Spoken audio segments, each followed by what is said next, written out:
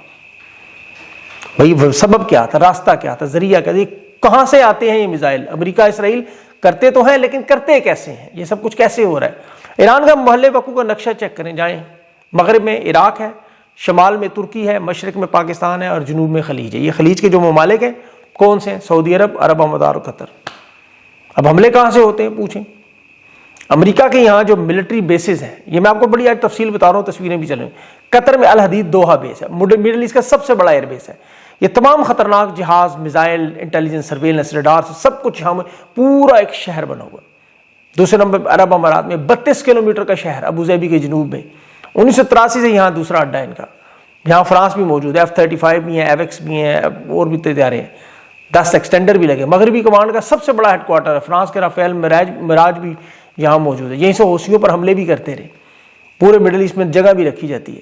اب تیسرا ان کا سب سے بڑا بحری نیوی کا اڈا ہے بحرین میں, 5th فلیٹ جسے کہتے ہیں. یہاں 4,000 فوجی ہیں پورے بحیرہ احمر میں, گلف میں اور بحر ہند تک. نیوی کی بحری جہازوں کی جتنی کنٹرول ہے سارا یہ کرتے ہیں, سب کچھ. سینٹر, ٹریننگ سینٹر تک بنائے ہوئے اندر. سب سے زیادہ فوج کو سپورٹ پانی کے اندر یہ دیتے ہیں. آج ہے کویت کی طرف, کیمپ عارف جان کویت کے جنوب میں 15,000 امریکی فوجی رہائش پذیر ہیں 1990 سے. اتحادیوں کا سب سے بڑا گاڑ, گاڑیوں کی مرمت سے لے کے جہازوں کی سپورٹ دینے تک, ہیلی کاپٹر سے لے کے میزائل ٹیکنالوجی, سب کچھ یہاں سے ہوتا ہے.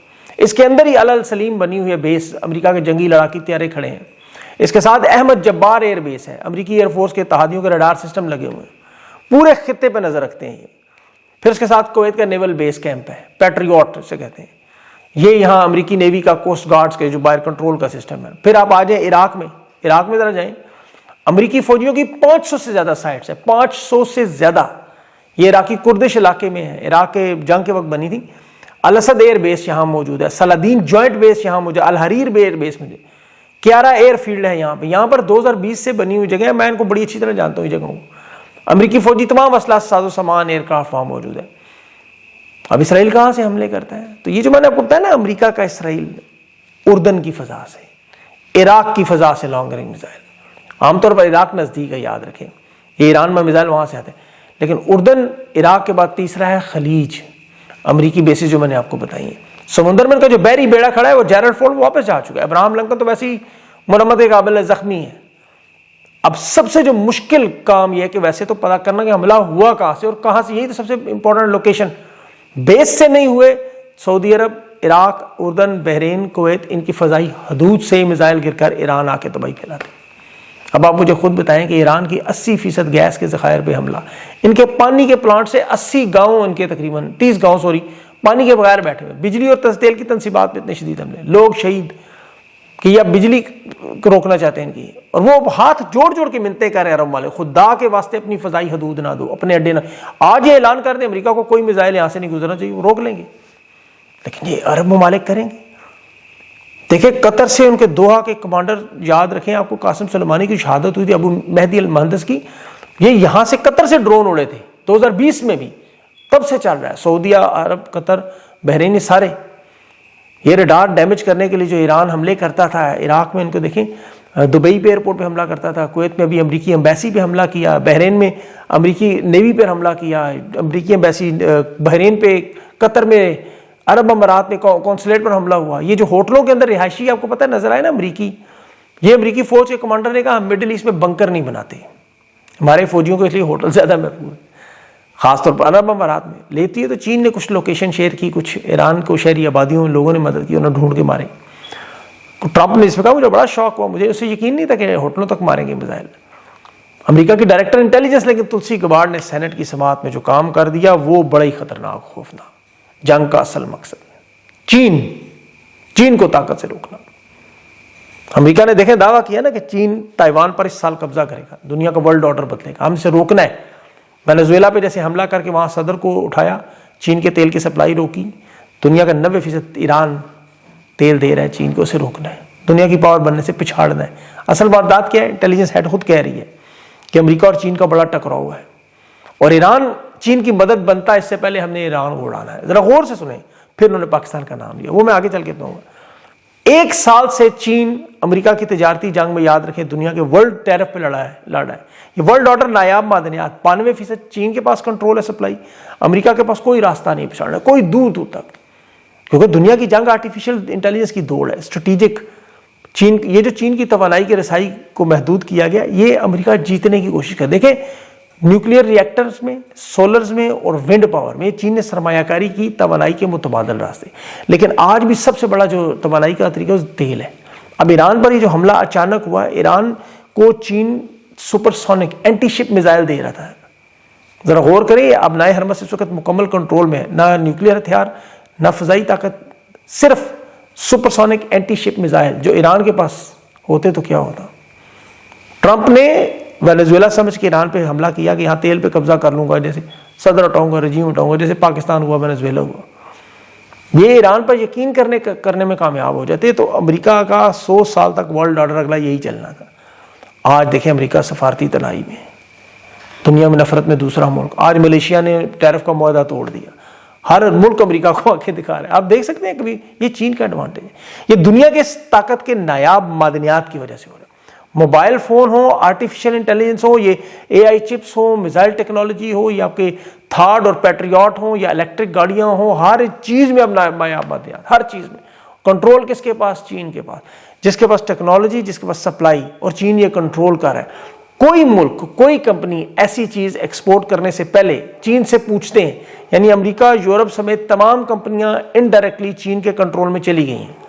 توانائی کو بھی چین کنٹرول کر رہا ہے, اس ٹیکنالوجی کا بھی کنٹرول ان کے پاس ہے. اور اگر یہ تیل کا کنٹرول, ذرا غور سے سنیں, تو پھر امریکہ نیوکلیئر ہتھیار ڈالے جہاں ڈالنے ہیں اس نے.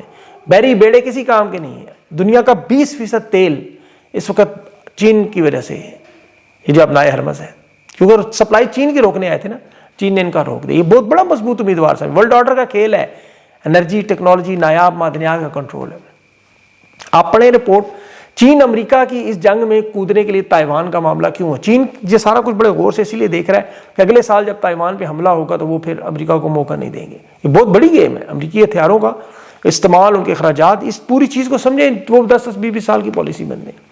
فائدہ نیتن یاہو کو فی الحال نظر آ, لیکن ایکسیوس نے, امریکی ادارے نے رپورٹ لکھی کہ نیتن یاہو اور اسرائیل جنگ کے خاتمے پر اب امریکہ کا اختلاف ہے. اس کی وجہ امریکہ میزائل ٹیکنالوجی, نیوکلیئر پروگرام, بحریہ پراکسیز یہ ختم کرنا چاہتا ہے ایران کی, تاکہ آئندہ آنے والے سالوں میں خطرہ نہ بنے, چین کے ساتھ نہ کھڑے ہوں.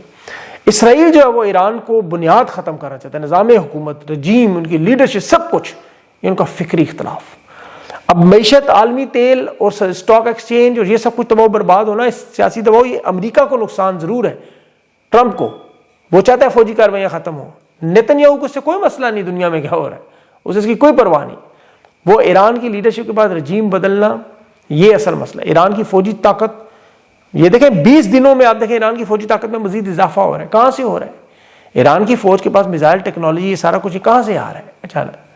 یہ تلسی گبار ڈائریکٹر انٹیلیجنس نے بات کی کہ ایران ان حالات میں بچ گیا تو اس کی فوج, ڈرون ٹیکنالوجی جو پہلے سے زیادہ مسائل کھڑے کہ ہمارے لیے کنٹرول سے معاملہ باہر ہوگا.